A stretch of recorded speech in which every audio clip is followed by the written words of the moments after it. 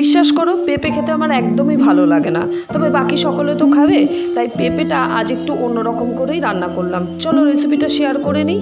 পেঁপে আলু কেটে নিয়েছি চৌকো চৌকো করে, মশলা বেটে নিয়েছি, ছোট্ট একটু আদা, জিরে, কাঁচা লঙ্কা আর টমেটো কুচি। এবার সর্ষের তেল গরম করে তাতে জিরে ফোড়ন দিয়ে মশলা দিয়ে কষিয়ে নিয়ে তেল ছেড়ে আসলে দিয়ে দিচ্ছি টুইস্ট, অর্থাৎ তরকারিটাকে কিভাবে রোজকার থেকে আলাদা করব।